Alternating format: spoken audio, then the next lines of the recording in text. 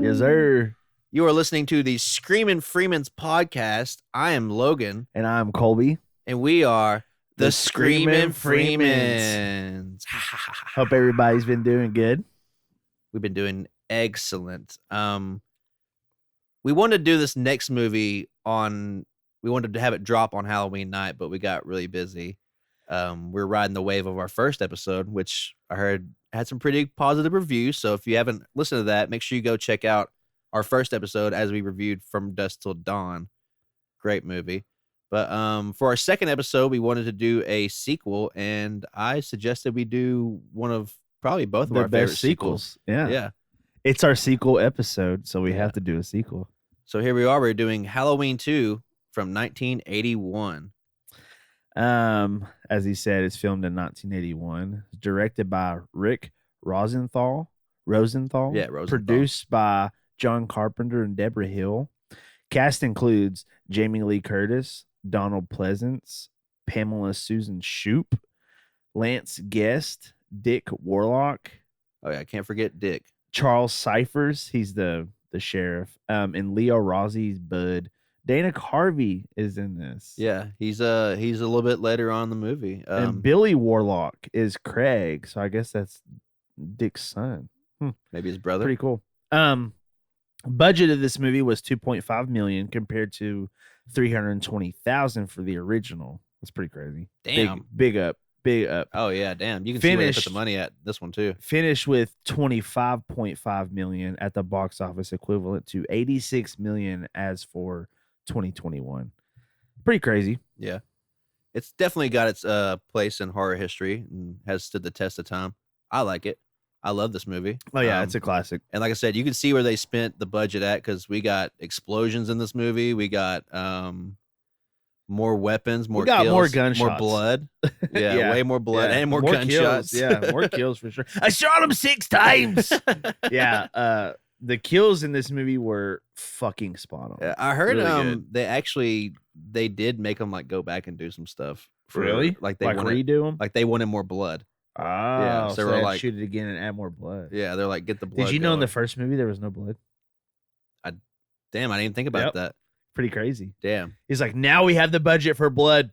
Yeah. More blood. So some fun facts to start off with this movie. John Carpenter did not want to write this sequel or make it whatsoever, but he had to due to being under a contract. And he has stated that the only way he made it through making this movie was by staying up several nights, drinking 6 packs of beer, and just writing what he could, which is what I tend to do all the time. So I think maybe I could start writing a movie. But, I mean, I would need a 12-pack yeah. to write by. This was also intended to be both the end of Michael and Dr. Loomis to conclude the whole entire franchise, but obviously we got Halloween 4 later on and brought both of them back. Fat Michael comes in sooner or later. Big Fat Mike. The craziest part in this one is like, this is the one where you find out that they're brother and sister. It's just wild. And it's a complete like twist. Like, what? Yeah. What the fuck? And then with everything they're doing now, like, they're not brother and sister. Halloween H2O, they're still brother and sister. And like, now the 2018, they're not. No, they're not. They are. But it's still cool. It's really cool that they're brother and sister. Yeah. I think it was another thing like they didn't want to do or something like that. John Carpenter. I don't know. I could be misremembering that, because it does seem like a John Carpenter thing to do. He's like, make him his sister or make her his sister, whatever the thing. But we get a new actor, Nick Castle, who is taking over the role of Michael Myers from Dick Warlock. And he got the role by passing a room and seeing the Michael Myers mask sitting on a table. He took that, put it on, and he walked into the director's office and just stood there menacingly.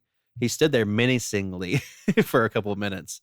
But after the director just kept saying, "Who are you? Who are you?" and didn't get an answer from him, he took off the mask, and then he asked if he could have the role. So that's a good way to get pretty cool. A role. That'd be creepy. Yeah. I say, dude, you know what?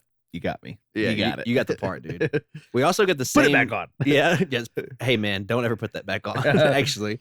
But we also have the same mask that Michael wore from the first movie, but it is beat and worn down all to hell. due to the fact of it being under the bed of Deborah Hill for years and years because they didn't plan on making the sequel, obviously. And she's a heavy chain smoker. So that's where all like the yellowness comes from in this movie. And I think it's the best mask because I really like when the blood comes out. We'll talk about it later. And did you know that it still had the needle mark? yeah. Because it's very detailed. That is a very good detail. It says here also that they let Dick Warlock keep the mask after this movie, but they also realized that was a big mistake because the Halloween 4 mask just looks so shitty. Yeah. I've grown to like it over the years compared to other masks, but it's still so cheap. It's like brand new pastel pale white. It's like white. I can only imagine though if they did keep the original mask from this one and then tried to put it out as Halloween 4, like how much more crusty it would be. Yeah. Because that thing, I don't know if it would have stood after this whole entire shoot of this movie right here.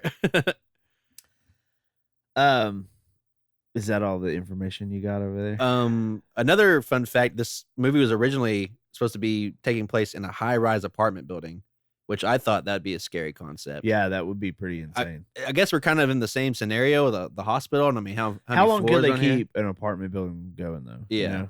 And how many people would be in it too? I mean, it's a lot of killing for your boy. From a horror movie. This is also the only other Halloween film, the only actually Halloween film to show what happens after Halloween night.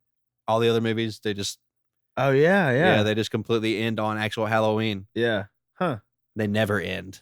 They never end. I shot him 6 times. Yeah. He never ends. He never dies. So yeah, I guess we're gonna go ahead and get into the first of this movie. Wow.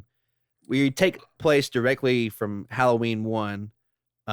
We see Loomis entering in is it Annie's household that they're in? I guess, yeah. Because that's where they're bringing. Sure. Well, hold on. Let me talk about this for a second before we get into that, because I wrote something down just before we start the scenes. Okay. I love how it gets right into the end of the first one. But the thing that you made where the first movie goes into the second one. Oh, yeah. And for everybody that doesn't know what I'm talking about, he made a little video and he takes for the first movie and the end credits off of it and the beginning credits from the second off, and then he puts them together so it's like one long movie. They need to come out with something like that because that is the coolest fucking thing I've ever seen. I don't know how many years they're on right now, but I think a good anniversary edition would be cool to just have. Oh yeah, 1 and 2, one long run. Yeah, one master cut. Yeah, that'd be sweet, dude. Yeah, I didn't mean to cut you off, but yeah, that was really cool. Getting to watch that, and we'd watch it every Halloween, but we didn't this past Halloween, obviously because we're busy. Because taking forever on the podcast. Yeah, we're gonna get better with that. Yeah, we're just testing the waters out and seeing how the first episode did, and trying to giving it some get time. Our feet wet a little bit. But let's go ahead and get into this thing. Well, I like it gets right into where the first one left off. Him getting up and he's walking through the neighborhood and it pulls you right in. Yeah. We see Loomis blast Michael from the balcony window, and he looks down and realizes that his body is no longer there, and confused he comes out to look in the grass and sees a big patch. Just a big patch, and it looks like a big Wile E. Coyote shadow from Looney Tunes just sitting out there. The grass also looks like he fell in a big pile of shit. I forgot to mention that. But he puts his hand down and he finds a patch of blood, and he realizes that Michael is obviously still alive and out bleeding. There. Yeah. Loomis tells the neighbor to call the police and that Michael is still on the loose. Well, what he said, call the police, tell the sheriff I shot him. Yeah. Who? Tell him he's still on the loose. Is this some kind of joke? I've been trick-or-treated to death tonight. You don't know what death is. That is an intro. Yeah. We get that badass updated music that I love. And where the fuck was this guy during the whole first of the film? Kids running and screaming, shooting the gun. Yeah. Laurie screaming, "Help me! Open the door!" Like, come on, bro. The gunshots definitely woke you up. It was way earlier in the night. And so there's no way if you got trick-or-treated to death that you didn't hear this shit. I have never passed the fuck out after being trick-or-treated to death.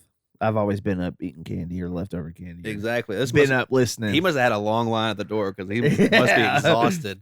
Apparently, everyone in this fucking neighborhood is asleep until the cops show up and Yeah, everybody's like, "Oh, sirens! What's going on?" until the aftermath happens, which is another thing I like. Like I didn't even really think about. Everyone seems like they're not wanting to answer the door. I know one person turned on their light and like just kind of got left there. But when we get later on in the movie, all these motherfuckers are still up. We got several people who are up and listening to the fucking news right now. Like nothing happened in their little sweet little neighborhood. Yeah. But I like when it shows him walking, and obviously it's a POV point of view, which we see a lot in this movie. Yeah. I really like how they did that with the camera because it's so easy to do.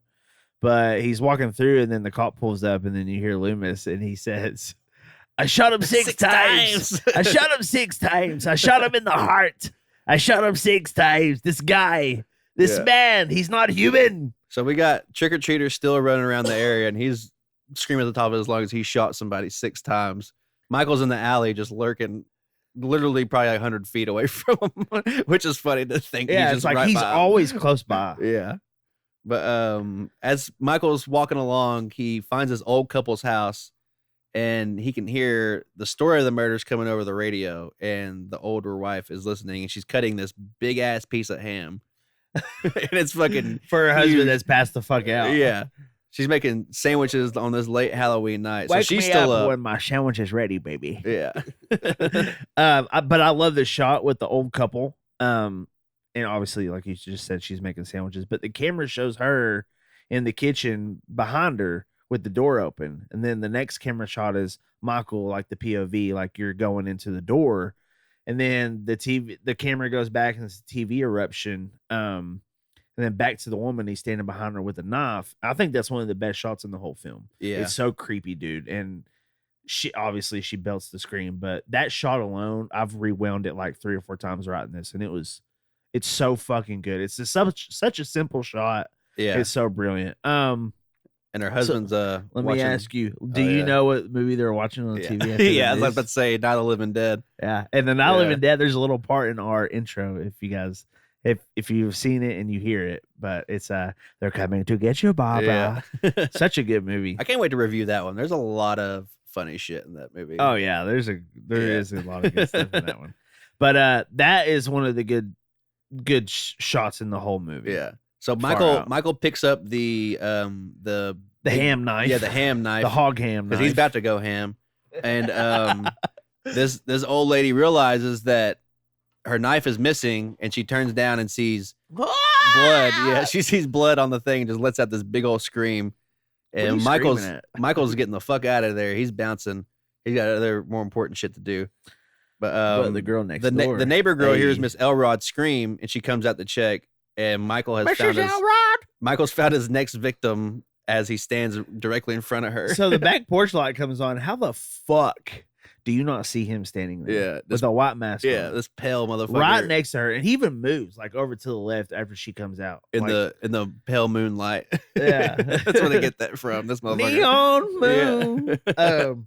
But it's really cool, and that's another good shot. Is it's a similar shot with the old lady, but she's on the phone and she's like, yeah, I can hear the sirens, but you see the door open in the background that's blurred out, and then he walks in. Like, that's a creepy ass fucking shot, dude. Like sneaking into someone's house like that. They just don't even they keep the focus on her, but he and it's blurred. It's a blurred black background, so it's really good. But obviously something falls and she turns around and sees the door is open. If I turned around and seen my fucking front door was open after hearing something like that, I'm not going that way. I'm leaving. Why the fuck would you go towards the open front door that you obviously didn't open? I think it's like in every single... It's made fun of in movies. Hello? For horror movies that... Who's there? You don't go towards the sound. Yeah, of course. Or towards whatever. Get the fuck out of there. So she hears the door wide open, and she goes to check, and Michael appears from the floor compartment that he has placed in her living room. Yeah, it's a hidden satchel. It's like them concert things where they shoot him up out of the floor because this motherfucker just springboards he springs up and shakes her ass. Just stabs her. That kill was pretty dope, though. The blood splatter is really cool. Does he cut her throat, or does he just jab her in the neck? I think he just stabs it in her. You can see he like stabs it in her, but it doesn't show it. Yeah. And then the next shot is her, like the blood squirting up. But It's an easy shot to do. It's a really cool shot. Fucker came out of nowhere. Fucker came out of nowhere. That's 40-year version, guys, if you've never seen it. So after that, we get to the house where Jamie Lee is. I guess they're just now getting to the scene of the crime after Loomis has rounded up the police. And the police and ambulance, they arrive on the scene, and we get our first look at our ambulance workers, Jimmy and Bud, as they wheel Laurie's body out in the stretcher of the ambulance. And she tells them, don't let them put me to sleep, as they completely ignore later on in the movie. They knock her ass out. That's like the first fucking thing they do. Because it's all needles in this movie. Yeah, she's talking about crazy shit. We got to put her down and get her arrested. The scene where... Oh, well, let's talk about this fucking, obviously, when they go to the hospital. Oh, yeah. We get to the hospital, and up we see his son and his mother pulling up, and they get out of the car, and his mouth is bleeding. He's got a fucking razor blade in his mouth. Yeah. So let's talk about the kid with the razor blade on his tongue. Like, that's really fucked up. I would beat the fuck whoever did that to my kid. So apparently in the 80s, back in the day, they were just putting razor blade in candy for some odd fucking reason. And I didn't see it in my Tootsie Roll, and I just ate it. I don't know. Today they're giving kids drugs, apparently. When she takes them in, though, the nurse is like, fill this form out and I'll be with you in a moment. Bitch, get my fucking kid to a doctor. Like, he's got a razor blade in his tongue. We're the only ones fucking here. Yeah, there's like 2 people in this whole hospital. What are you doing? And it's you and me. But the scene where I don't want to skip too far ahead. Oh yeah, well, after the hospital scene, we get Loomis and Sheriff Brackett. They're riding around looking for Michael. Oh yeah, and he says, the primary concern is that we stop him. Well, no fucking shit, dude. He's a serial killer. What are you? And the sheriff says, you couldn't have shot him 6 times. Yeah. Motherfucker, I shot him 8 times. What are you talking about? What fucking plan do you got other than we need to catch this motherfucker? Yeah, let's just handcuff him. So they're riding around and they see a man walking down the sidewalk with the same costume as Michael, except this motherfucker has beach blonde hair. So we got Surfer Boy Michael walking down the street. Blonde Michael Myers walking like a fucking creep. Yeah. And Loomis hops out like a madman with a loaded gun around children. And he's about to let this motherfucker off. He's about to let it pop. He was literally walking just like Michael, though. Yeah. Like, come on, bro. He's like swaying side to side. And he doesn't. That's the thing is, if you think about it, though, he was drunk. Yeah. Because the kids come up and say, well, okay, so the kids come up and say, hey, did you see my friend Bennett Tramer hasn't come home? He left the party at 10. He was really drunk.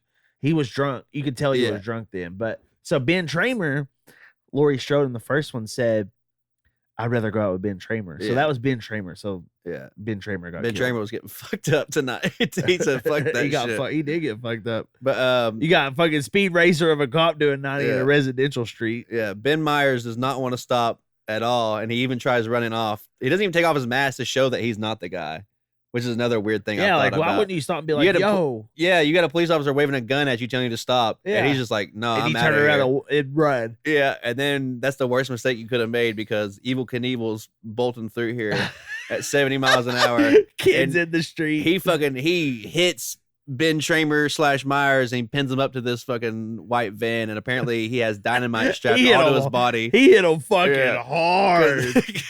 Because it's like a fucking just C4 explosion out here in Haddonfield. And instantly caught fire. Yeah. He said, he came out of nowhere. I couldn't stop. Yeah. Well, yeah, because you're doing 100 miles an hour. Excuse me, motherfucker. He needs to be taking his badge away immediately.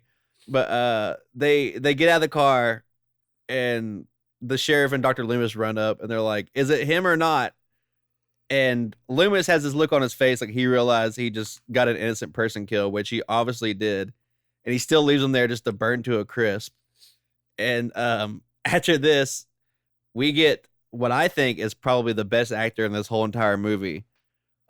We get the deputy cop, and he pulls up, and he tells the sheriff about his daughter, and he says, they found 3 bodies by the Dole house.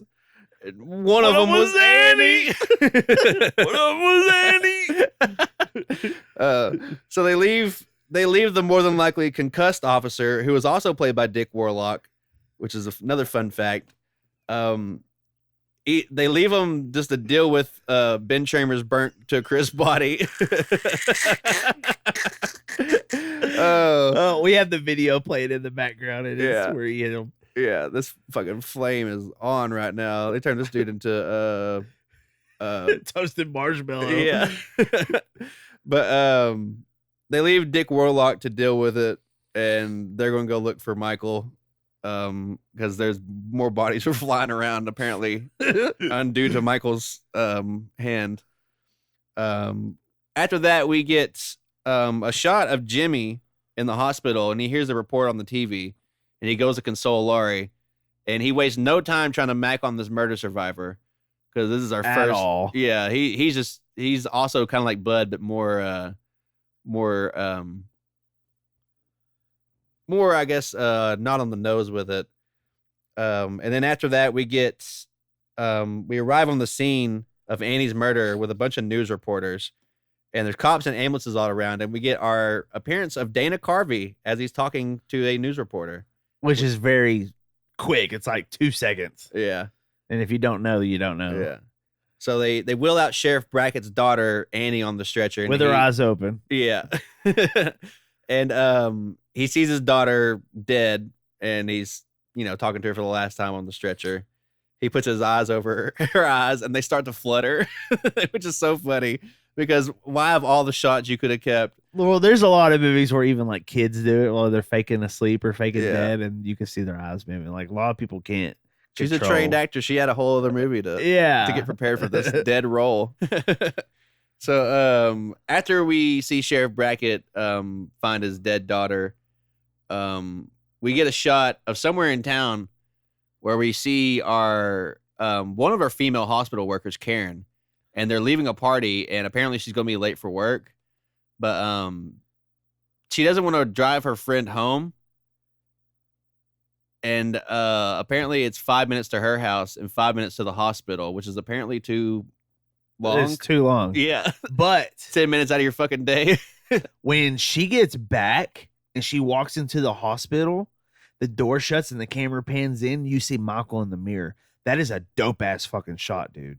I think it's like, it's obviously after the country boy with the radio, but when she pulls back in, dude, that is the sick, because he's just standing there looking because he I know I'm skipping ahead. The country boy with the fucking radio. Yeah, you got country boy Rick over here on the fucking radio. He's bumming a boombox and he runs into Michael and he could barely give a shit at all. Well, he's got the boombox, but he's not listening to music. He's listening to a fucking news. Like, what kind of a country boy has a boombox listening to the news? Well, like, also, what kind of newscast is letting people know where Laurie's body's getting transferred to? That's just literally saying. Michael hears it, so it's like he instantly like goes into pursuit. He just takes off. He must be the world's fastest fucking walker. Yeah, he's literally downtown. Have you seen that video where it said where it shows the camera's on Michael, then it's off of him, then it shows a dude running? No, it's all over TikTok. He has to be like a secret track star or some shit like that, because there's no possible way that we could literally get this far.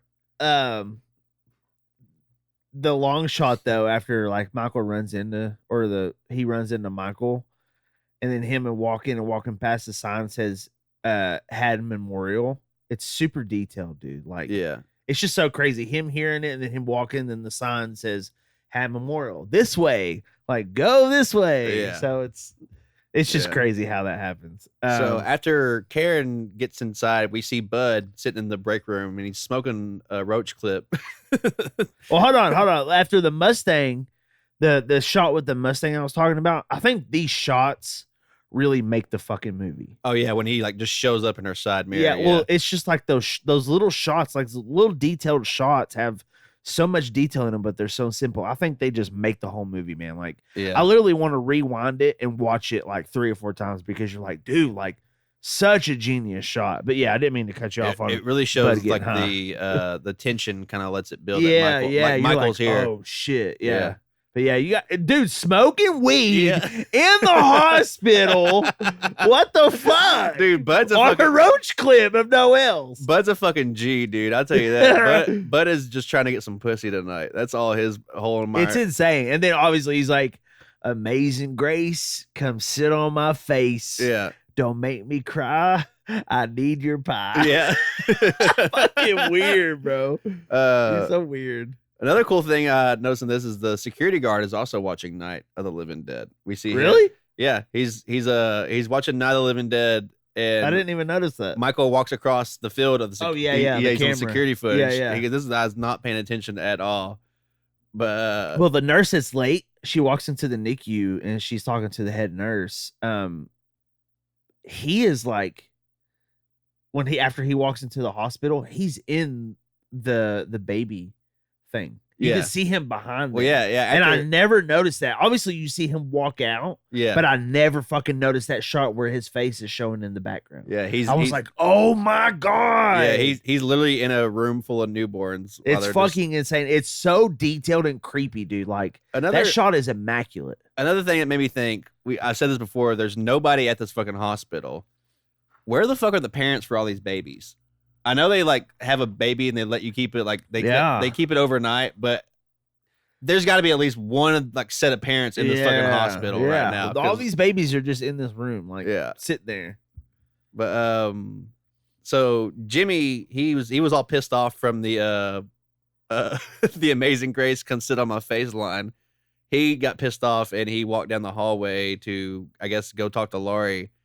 And he tells her the name of the guy that was after Michael Myers. And she remembers the Myers house and the story about killing a sister. And then she goes, why me?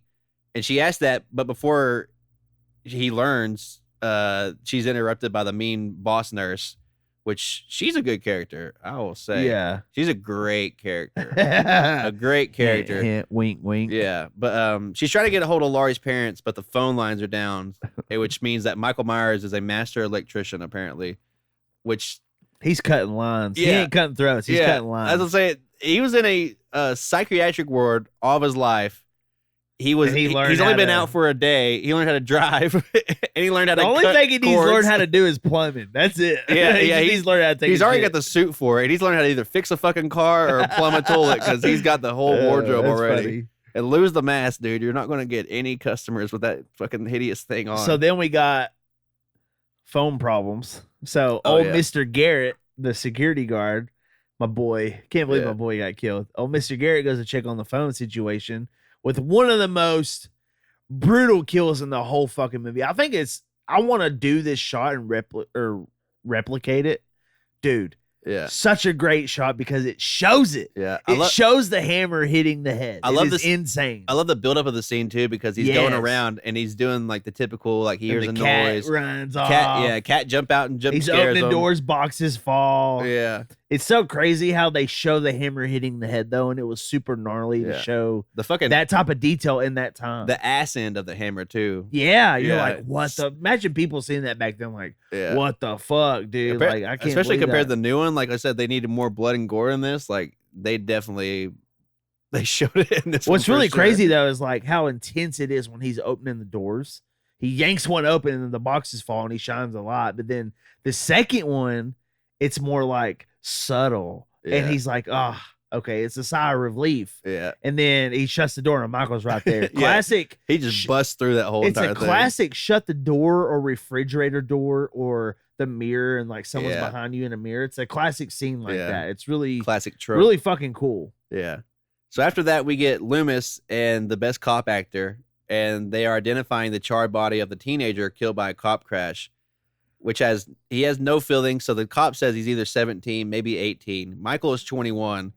So Loomis assumes Michael is still alive, obviously, and they send the cops out back to search. So let's talk about that sheriff who says, I think it's Andy. Yeah. That's Hunter Von Leer. It's Gary Hunt is the actor, but your boy looks like fucking Wooderson from Days of Confused. He kind of does. Old boy grew up to become a sheriff. Yeah. So after this, we see an angry mob formed outside of the Myers house, and the best cop actor in the world, and Loomis pull up, and Loomis says, the tribe, one of their members was butchered. This is a wake. And I'm just like, what the fuck are you talking about, dude? Like, out of all the crazy things he says in this fucking movie, it just gets worse and worse. But they both pull out their guns for some reason as they're walking up to this crowd. obviously the threat is not Michael Myers anymore, so they don't need to do that. Michael's not home, obviously. We get the whole original lore about Michael killing his sister and what the whole like whole entire reason why he killed and all that. And like you said earlier, the kids come up and they say they haven't seen their friend Ben Tramer in a while, and he was drunk and wearing some dumb mask, which obviously they look at each other and they realize the charred innocent kid is Ben Tramer. That's your boy. And then they say nothing else and about like, it. They act nonchalant. Yeah, there's like, no mention of Ben Tramer in this movie. Ever again. Ever. Yeah, ever.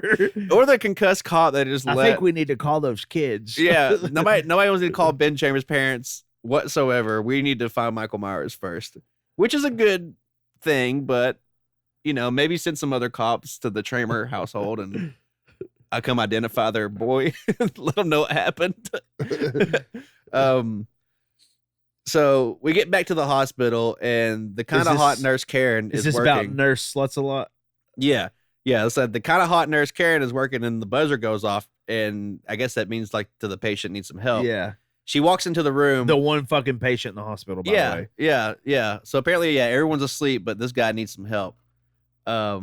She walks in the room. I buzz it too. Only to be jump scared by Bud, who's laying in the hospital bed, and he tells Karen to go to the third floor with him, and says that his finger needs a little therapy. It's a therapy room. Yeah.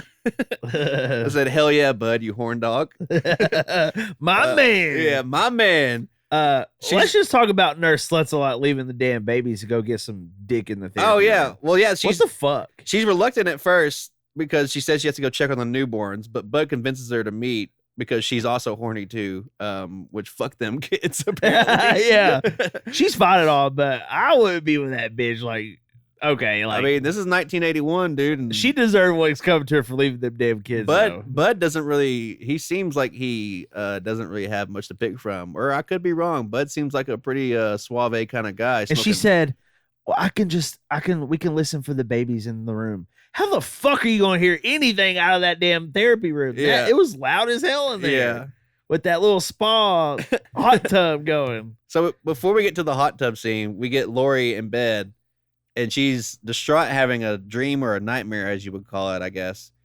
And she's talking to her mom, and her mom says, "I already told you, I'm not your mother." And I was just like, Jesus Christ, dude, what is this? What the hell? But she keeps on dreaming. She has visions of a young boy looking out a window with all these blood droplets that keep showing up. And they don't really get to it at this. But it's her when she was younger. Yeah, later on it kind of reveals what the whole entire thing is about.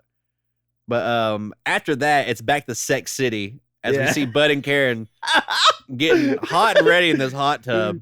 Because apparently, look. Well, hold on. Apparently, all hospitals have a fucking hot tub. Yeah, somewhere. A spa tub. Yeah.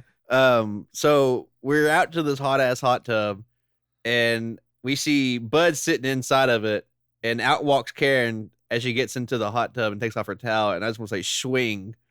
Swing. We got some primo 80s boobage going on. Let me just say, this is the best set of tits I have ever seen in my life. I think the best tits that the 80s has to offer is right now. They're immaculate. Great tits. Yeah. Great tits. Great tits. Yeah. I'll give those tits a 6 shots out of 10. I give them a fucking 10 out of 10. 6 Dr. Loomis shots. That's a tit 10.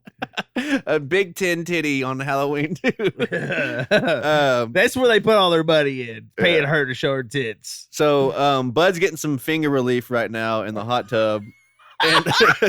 And Karen says it's really hot in the hot tub, obviously. Your boy Michael turning up the heat. Bud says it's just me, but yeah, Michael's turning up the temperature. And why do they let this shit go to this temperature in the first place? Like, they're cooking pasta out here. Yeah, what are you doing? Why are you letting it go that high? But yeah, I like what she says. It's cold out here, and she's like, it can get cold in here. Yeah. Which obviously, like, Bud's like, oh, I get what you're saying. Like, yeah, like, okay, let me go. I'm trying to get my fuck on. Let me go fuck with this so I can fuck with that. So Bud hops out the hot tub ass naked, and Little Dick Mug. Yeah. He's going and checking the gauges on the temperature. He's wiping them off for some reason, I guess, because they're not visible with water on them. But he just turns around and he gets ass raped by Michael, aka strangled to death. And this shot, yeah, with the clear glass and then it goes to the stained glass is super fucking dope. Oh yeah, because it's blurred out. Then obviously you can't see him, but yeah. getting strangled like and he dies really fucking quick too. You're like, right. Yeah, who dies that quick? This is Michael Myers. Speaking of, you I could have guess, strangled him a little bit longer yeah. to make it more realistic. He must have broke his larynx just like in 2.5 seconds. Then you got fucking dirty hand dick Michael coming in, putting his fingers in her mouth. Yeah, Karen's put on her clothes and Michael's walking up, and he's also trying to get some apparently because he's not letting it known yet. Hey. Yeah, he said, "Oh shit, yeah." Maybe he thinks it's his sister. I don't know, his older or younger sister apparently. But how do you not know that his hands are that dirty and tasting them? I know. Yeah. What the fuck? Yeah, she puts her she puts her mouth on them nasty ass hands, and I bet it tastes like some pennies because he starts sucking on that thumb. Disgusting, dude. You know he's got blood on there too. Karen is apologizing for having to go back, which they were just about to get their fuck on, like not even 5 minutes ago. Not even that. A minute. But apparently Michael is pissed about that because even he's saying fuck that shit. Yeah, he's like, bitch. Yeah. And Karen turns around to realize it wasn't Bud's thumb that she was sucking so sweetly on. And Michael's pissed off now, so he takes her head and just dunks it in the hot. This is an insane kill, too, especially with all the blisters and stuff. Like, oh, yeah. At least he didn't blister her titties. I'm thankful for that. Yeah, at least he saved those. Another thing I like about this scene, I like to point out, I guess it's funny, but his fucking hand would be like burned. Yeah, blistered too. Yeah, but he don't care. Yeah, he don't give a fuck. Yeah, so he pulls her up from the water and he leaves her looking like a Totino's pizza, just fucking laid out. She's hot and melted out the freaking oven right now. Done. And that's the last we see of Karen's beautiful, beautiful boobs. But it shows like they go to the school. The next shot is they go to the school and it's like Michael with the ham knife, the ham bone knife. Yeah.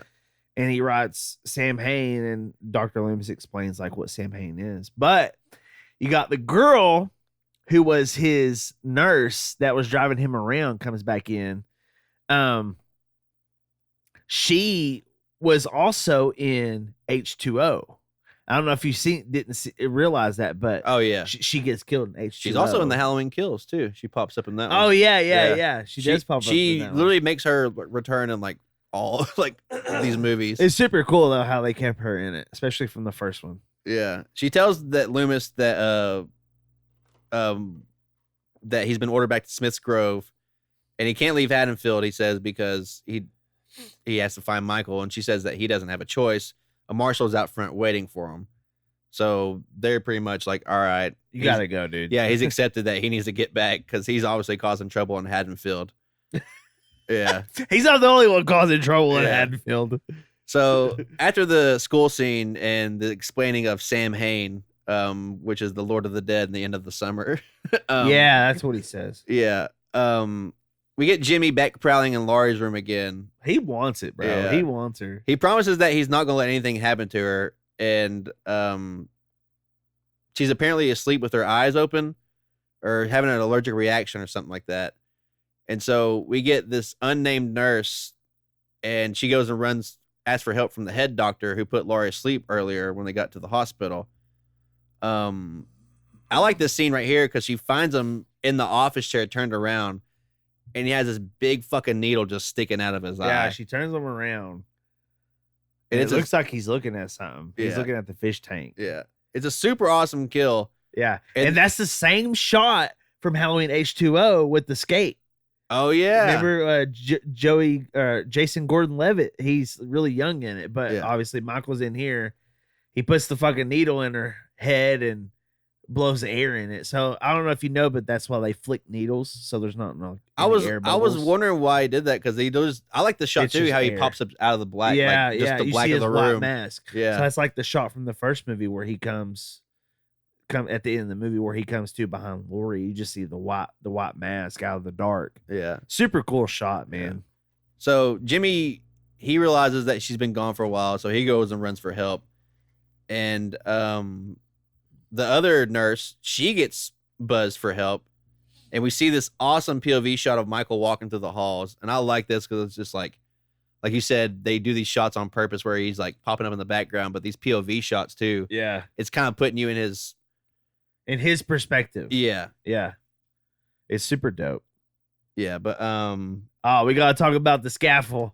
Yeah. The fucking scaffold, that's the main weapon of the movie. So Michael has a scalpel and he goes to Laurie's room and he stabs the fuck out of this pillow, but Laurie's not under there, obviously because it's a pillow. Yeah. That mask is pretty damn weathered. This thing is wrapped around Dick Warlock's head like no other. But his shots, like him walking and stuff, dude, it's just his stride in this movie. Psychotic looking. Like it's so insane. It makes you like it pulls you into this movie. That's why I love Michael Myers so much. Yeah. It's my favorite villain of all time. And he is the most realistic killer ever. Yeah. Fuck Jason. Fuck Freddy. Jason's kind of realistic, but Michael, it's not only because he's insanely scary and he doesn't talk, but he's slowly walking towards you, so you see him coming. Yeah. And it scares the fuck out of me, dude. Yeah. I would shit my pants if I seen him walking towards me. So next we see Laurie has made it out of the bed. She's trying to escape, but she can barely walk right now. And the blonde nurse walks back in and realizes Laurie's gone from her room. And Michael's still on the hunt. This creepy, awesome music that came from the first movie finally pops up too, and I love that. Yeah. That they bring that back in. But while Laurie ducks off, she goes into her room to try to use the phone. She realizes it doesn't Meanwhile, work. she's fucked up. Oh still. she's her medication is just running through her veins. Yeah. So when she realizes that the phone doesn't work, she just says fuck it and just lays there in the fetal position. Well, her phone in her room didn't work, so another phone must work, right? Apparently, yeah. And she doesn't even close the door all the way either, which is kind of like if a serial killer was chasing me, the last place I'd be is laying in the fetal position by the door with it barely fucking open. Yeah. I know she doesn't really have much of a choice because she's drugged up, but at the same time, like crawl under the bed or some shit. Because the shots with him walking through the hallways and stuff, they're like really slow. It's just God, man, it's so crazy. Dick Warlock fucking rocked the house with this one here. Yeah, he did. He put his all into that walk. He killed the walk. After that scene, we get the blonde nurse, and she's running around the hospital looking for the head doctor. And she hears something and gets startled by Jimmy. He says he can't find nobody, which who the fuck is even there besides them? What about the shot? What about the babies? Where's the babies? Yeah, where the fuck? The girl's being killed by who was watching the baby, so the babies are just by themselves. Like, what the fuck? But the silhouette shot when Jimmy is talking to that nurse. Oh, yeah. It's so fucking crazy. How do you not see that? Yeah, yeah. How do you not see the silhouette of a man standing behind you or beside you? Knowing that there's a serial killer out on the loose still in Haddonfield. Jimmy's searching around for people, and he finds the mean nurse from earlier. The hot mean nurse, I'll say. She's got like a needle IV stuck in her, so she's literally draining blood. Yeah, there's a giant puddle of blood is on the ground, and apparently Michael is also an astound doctor who can perform blood transfusion. He just puts the needle in. I wonder if she was alive while he did that and just like slowly drain blood. Yeah, we don't really see that, Gil. Yeah, you don't see that. But Jimmy goes to run away, and he slips in the 5 gallons of blood on the floor, and he knocks himself out. After that, we see the blonde nurse going to make a run for it.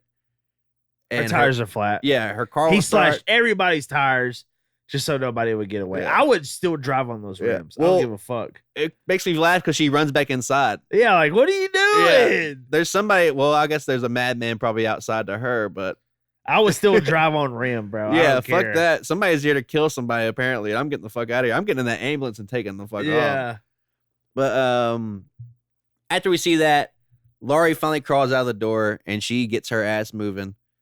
And finally, out of all the fucking things in this movie, I'm just like, get up, go. Yeah, like, let's go, dude. We see the blonde nurse come around the corner. This is a cool kill. Oh, yeah. One of the coolest kills, I think. I think the best one of the movie, yeah, probably. The hammer was good, but this is pretty fucking sweet. Michael sticks a scalpel up her ass, a.k.a. her spine. Okay. So, I don't know if you know, but this is the same fucking kill on how or Halloween H2O is the same kill as this one because he picks up that what's her name's boyfriend and he's fucking sitting there shaking. Oh yeah. Remember? Oh yeah. After he shoots that cop on the accident, he turns around, but the same fucking kill. I'm like, dude, that's so crazy that they use the same kill. Yeah, I didn't even notice that until you just but pointed it's that crazy out. how he picks her ass up. But I really like when you can see like their feet shaking, then they stop. Like, man, imagine being gutted up the back and raised in the air. The thing about this scene is when does Michael have time to work out? Because his forearms must be jacked. He is jacked, bro. He literally lifted up a body with a scalpel in the spine, and he's just like still moving. These shots after that, though, dude, of like her running from him and him slowly walking down the hallways of the hospital, so creepy, dude. Oh like, yeah. It makes you want to be in a hospital and gives you PTSD of looking inside those little mirrors they have in the corner because it'll show around the other corner. Yeah. I'm always looking for Michael Myers. Yeah. No matter what. She's picking up the pace and she's running down the stairs and she finally makes it to the boiler room and she finds the dead security guard hanging up there after getting chased by Michael Myers. And Michael is on her ass like stink on shit. So he ain't fucking around. So she hops up and climbs through this window and Michael almost gets her. He no almost matter gets how her. slow he walks, he almost gets everybody. She falls through and slams on all these boxes, and she gets up and she finds this elevator, and she's taking her sweet time. Well, it's taking its sweet time coming down, and Michael's coming up. I love this shot too because he's right there up on her. And it shows the elevator door is starting to shut that he's holding. Yeah, which super cool. The elevator door is starting to shut. Michael walks up. And he's right there. And yeah, his hand sticks to the door. If you would have done that, that elevator door would have opened. In reality. All elevator doors she would have been dead. Yeah. Right there. Yeah, that'd have been the end of the movie if this was like the real world. So she makes it outside of the cars and she hops in to hide. And she gets in the dopest car ever. Yeah, these like why wouldn't you check the badass car? These cars are, I didn't even think about it is probably good that they didn't take the mother and her son earlier because they would also be dead. Like they just got the hell up out of there. But the next shot we see Loomis and the gang. They're driving, and Loomis and the gang. He goes into the whole history of Sam Hain again, and she knocks that shit off and tells him that there's a secret file on Michael that he doesn't know about. Yeah, and this is where you find out. Yeah, that's where we learn that Laurie is Michael's sister. Yeah. And why he wants to kill her, the world may never know. Yeah, we never know. But apparently this gets to Dr. Loomis because he puts a gun to the marshal's head and tells him to go to the hospital. Turn it around, I shot him 6 times. They called a clinic for some reason, which I guess it's like a health clinic, but this seems like a pretty astounding hospital being called a Haddonfield Memorial. But the marshal's not really believing him, so he fires a warning shot through the window. And then we see the car make a professional stuntman U-turn and haul ass back to Haddonfield. No sheriff could drive this good. Yeah, especially this guy. Yeah. But let's talk about Loomis's wardrobe. This dude is immaculate with the brown suit and the tan overcoat. He does not have any other costume other than the trench coat. So Jimmy hops in the car that Laurie's hiding in. I wonder if this is Jimmy's car that she gets in. It could be, actually. That makes a lot of sense because he does have the keys. But he hops in the car and tries to start it. He's obviously concussed, but he tells Laurie we're getting out of here. And then passes the fuck out. Passes the fuck out on the horn. And lays on the horn. Yeah. Thanks a lot, dude. Yeah, you fucking dumbass. Yeah. Which is, apparently, this is the last we see of Jimmy, right? I think so. Because, he does not come back to save the day. He doesn't get killed whatsoever. So, speaking of Jimmy, in Halloween H2O, she says, yeah, well, your father was a methadone addict, whatever. I wonder if Jimmy was her son's dad. You know what I mean? I don't know, because he doesn't really talk about drugs or anything, but possibly could be. Yeah, I've always wondered that because he hasn't seen his dad or whatever, her son. Yeah. Really cool thought though. Yeah, I didn't think about that. So Laurie hops out of the car, and she falls to the ground, and this apparently makes her lose her voice because Loomis and the crew pull up, and she's mumbling for help until the very last minute that they get to the doors. Out. And then she screams, "Help me! Help me!" Like, as quiet as it is out there, you would still think they could hear that. Like, they literally just walked that through little the fucking bitty door. ass door too. Like, you would hear this shit with her. Imagine what all she's been through, though. She's been screaming her ass off before this. So. Yeah, and then they made her wear a wig for this movie, too. She's I been through a lot. About that, yeah. So, we get Laurie heading back in, and Michael appears at the red boiler room. Yes. Cool shot. Yeah. Dope ass shot. She's screaming at the door for help, and I guess maybe after 3.5 minutes of screaming, Loomis finally makes his way over to the door, and he lets her in at the last second.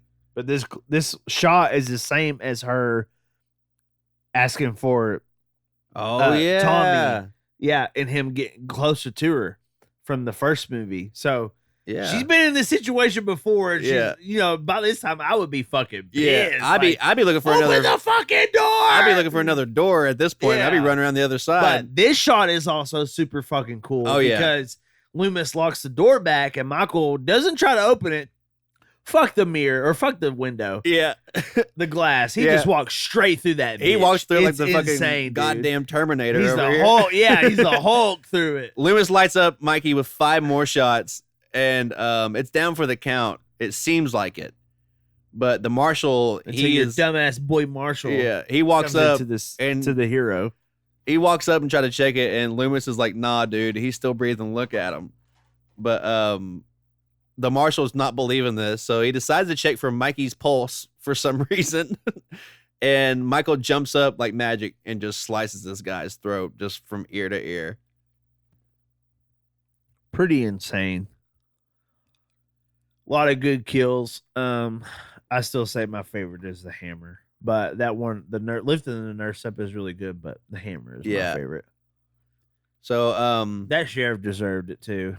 Yeah, what a dumbass. Why would you even try to do that? Yeah, don't go check a dead body.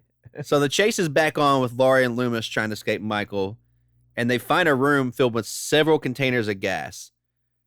This is the oxygen ward. Yeah. For some reason, they got like 13 tanks of oxygen just sitting in this one room. Nowhere else in the hospital needs it.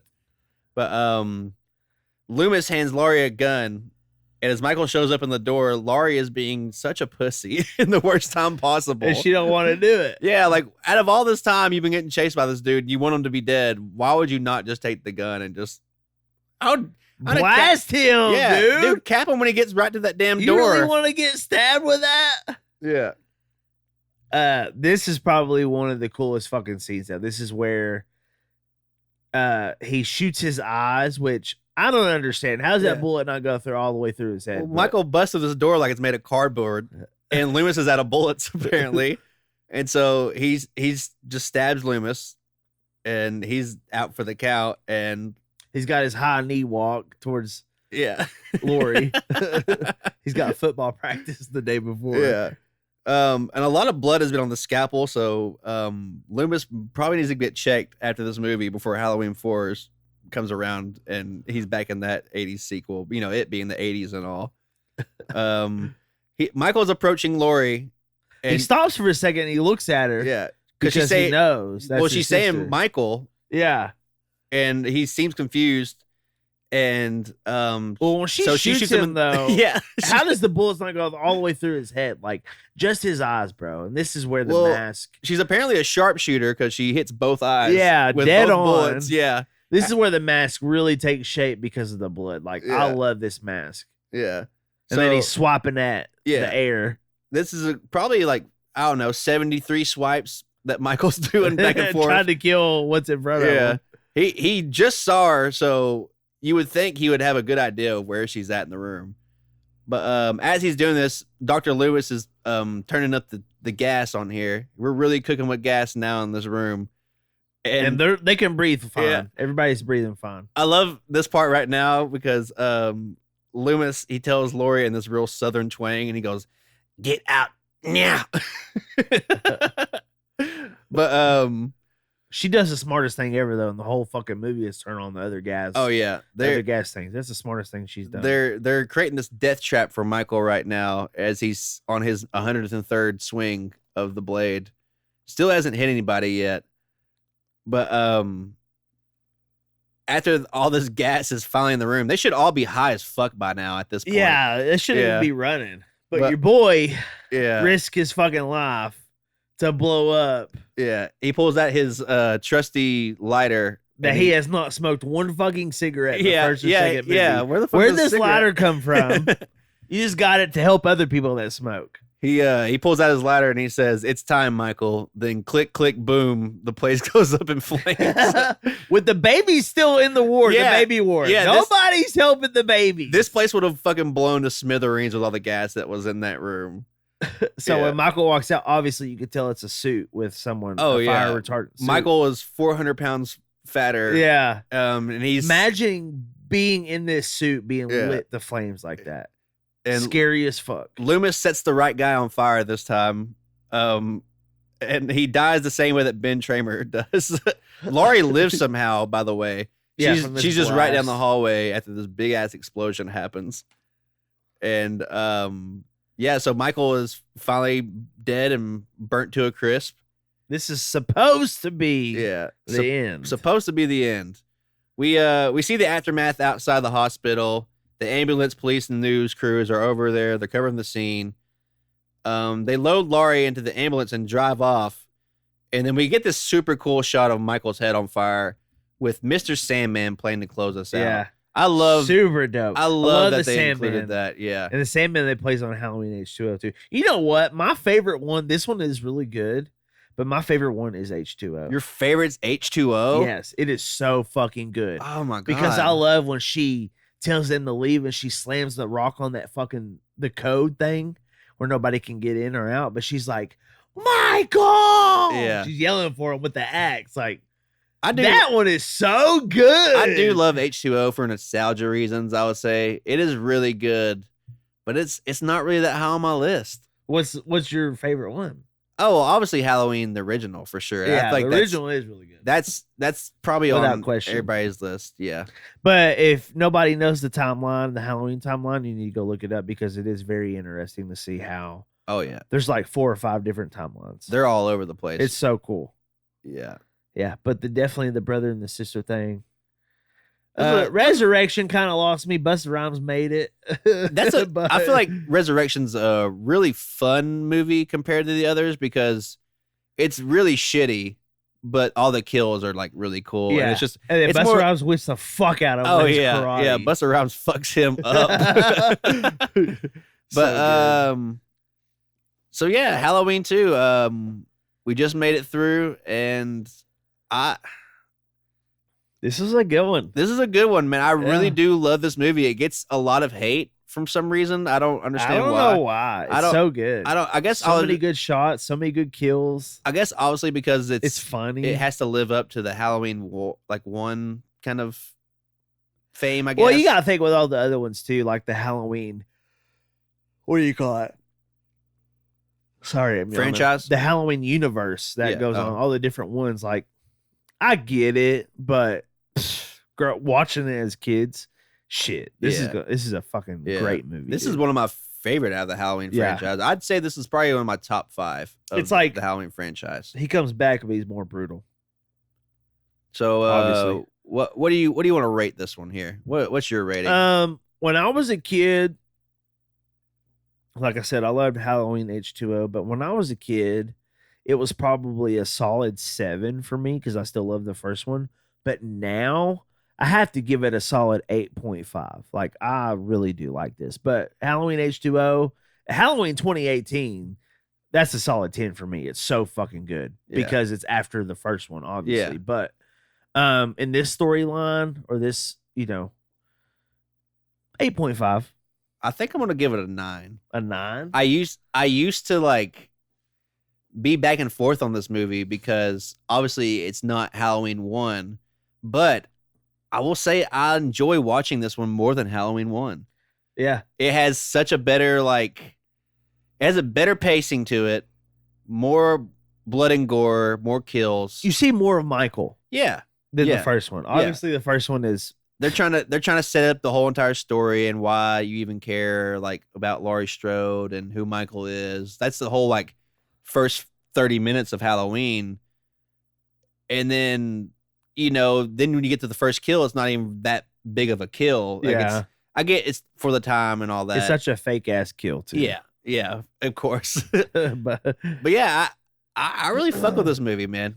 yeah, I really do. I think our scores are pretty high for most people because most people wouldn't rate it that high. Maybe when we get down further in the line of reviewing more movies, we might refine our ratings list. But we know the last two movies we did are very nostalgia based movies for us. So maybe once we get into some movies that we don't even know or actually don't even like, these are our childhood memories that we're reciting here. It's kind of hard to put a rating on that. It very much is because you just watch so much when you're a kid. And you know what I remember most about watching these movies is the trailers, like Children of the Corn. Oh, or Friday the 13th or Nightmare on Elm Street. Shit like that, bro. Like all the trailers were like just as good as the fucking movie. Yeah, it gets you hyped up. Nowadays, I'll skip through it on DVD, but like back then on VHS, like, bro, let that shit play. Yeah.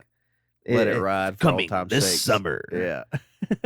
Starring Jamie Lee Curtis. So good. And dude. her crazy wig. That is crazy that they did put a wig on her. Yeah. That was insane. She apparently had her hair cut for another role or something like that. And then they're like, hey, we want to do Halloween too, so let's put this shit on, bitch. Yeah, get this big horse mane on your head. The thing that made this movie, fuck Michael, fuck Laurie, it was the tits. It was the nurse's tits. Dr. Loomis and them tits were the main stars. Oh, and we can't forget about it's all jokes, people. All jokes. We can't forget about the Cop of the Year either, man. Yeah. He really stole the show. Who slammed into the Ben Tramer? No, not that cop. No, he ruined everything for that town. He just turned the movie off. The police force needed very much looking at after he did all that and killed Ben Tramer. I'm talking about the guy who told him that one of them was Annie. Oh yeah. Him and Dr. Loomis were the star of this movie, and Karen's C cup tits in the hot tub. They got burnt to a crisp. They were great. With that being said, this was the episode. Episode 2. Episode 2 is Halloween 2. Yeah, the Screaming Freemans podcast. You can find us on all the major platforms that have podcasts, and I'm sure if you are listening by now, you obviously know that. Follow us at the Screaming Freemans podcast Instagram page and the TikTok page, and our YouTube page as well. We got a lot of cool clips and stuff from the show. So if you aren't able to catch the full show, you'll at least catch a clip. Yeah, see a little bit of what we got going on. Talking about Sam Hain over here. How's it going? With that being said, he shot him 6 times. He shot him 6 times. And he shot him 6 times. Yeah, he's not human. I'm Logan, and I'm Colby, and we are the Screaming Freemans. Thanks, guys.